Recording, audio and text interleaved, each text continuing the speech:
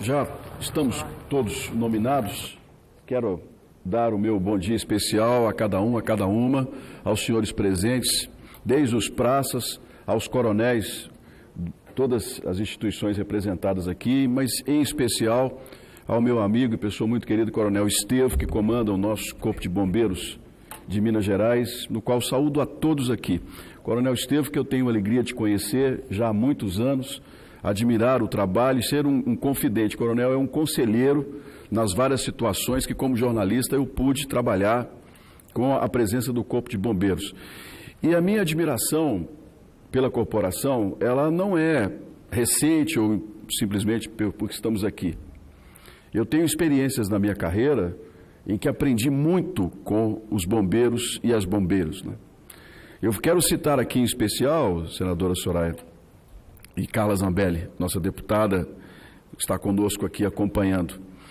O ano de 2003, como jornalista, como repórter, que sempre gostei de ser, começava o meu trabalho por volta de 6 horas da manhã e ali ia, se fosse preciso, o dia todo.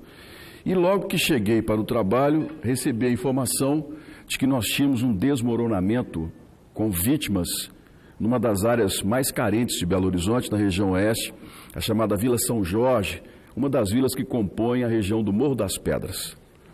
Eu fui para o local com o meu cinegrafista, com a equipe, e nos deparamos com uma situação muito difícil. Era um lugar muito aclivado, estava chovendo muito, a lama havia descido sobre um conjunto de 4 barracões e a informação é de que 9 pessoas estavam soterradas ali naquele momento. E a chuva não dava 1 minuto de trégua.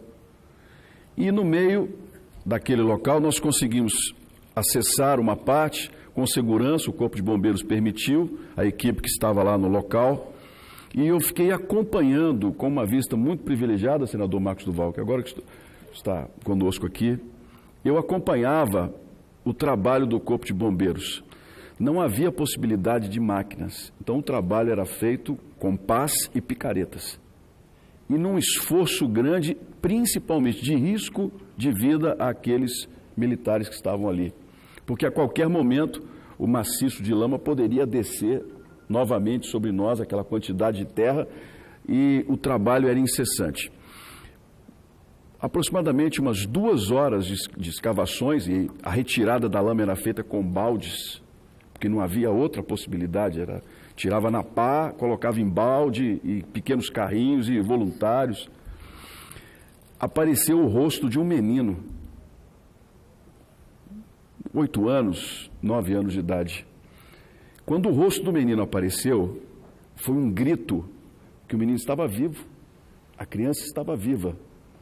E o trabalho dos bombeiros começou a ser feito com muito mais afinco, mas quis Deus que, naquele momento, a terra cedesse mais uma vez.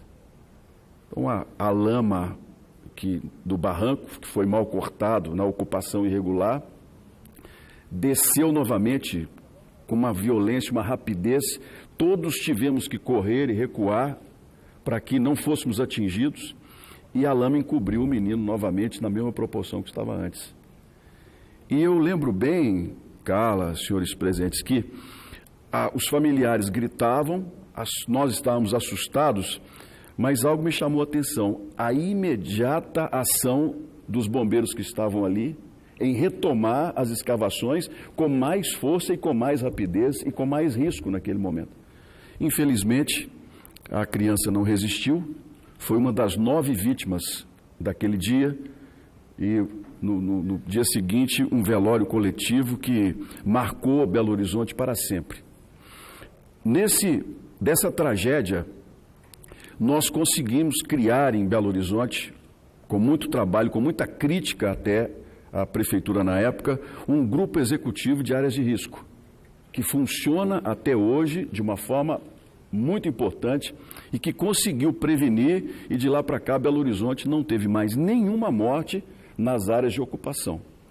Os problemas passaram a ser nas áreas formais da cidade, mas nas vilas e favelas, que é onde nós temos que ter mais atenção, nós não tivemos mais mortes por conta desse grupo executivo de área de risco, que envolve o Corpo de Bombeiros, a Defesa Civil, envolve os próprios moradores e as autoridades públicas envolvidas.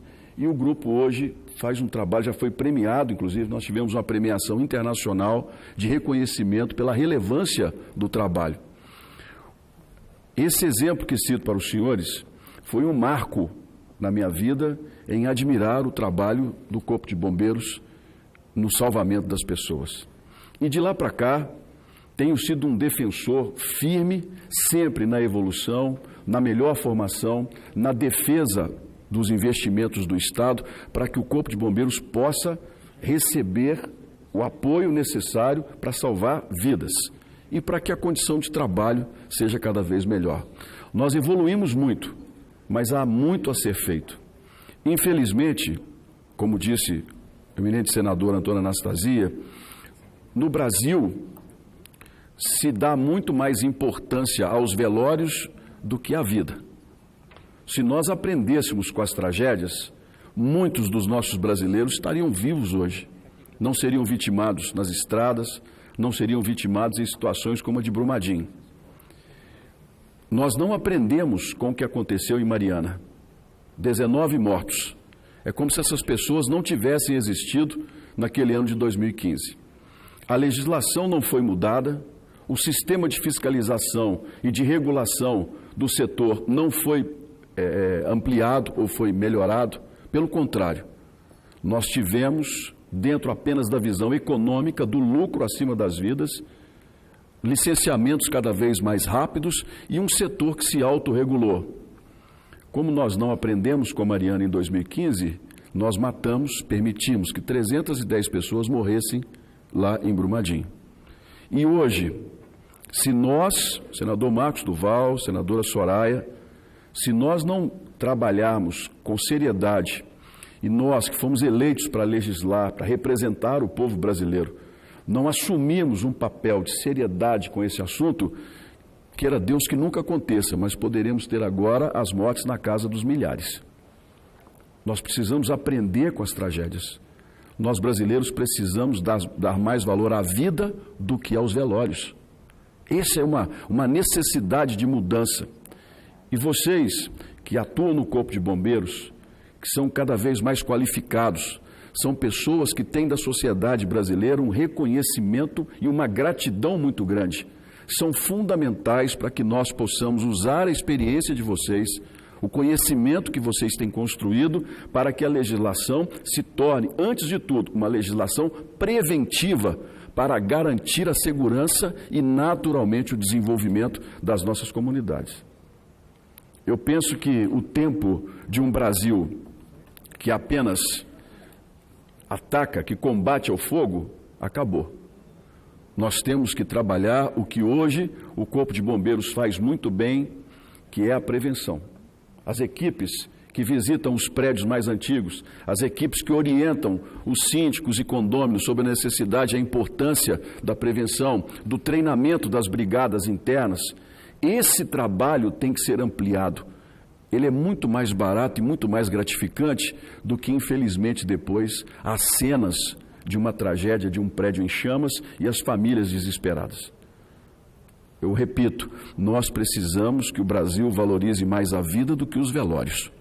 E isso passa pelo trabalho de vocês, não só prontos para combater e agir nas tragédias, mas prontos para oferecer à sociedade sempre uma voz preventiva e uma voz de conhecimento e de crescimento. Por isso eu estou muito feliz de estar aqui nessa homenagem, e aqui no Senado as mulheres estão dando um show, viu? Porque quando nós pensamos na homenagem, a senadora já havia protocolado. Está tudo bem, não tem problema, vamos marcar o dia e estaremos lá juntos, né, para que a homenagem possa ser feita.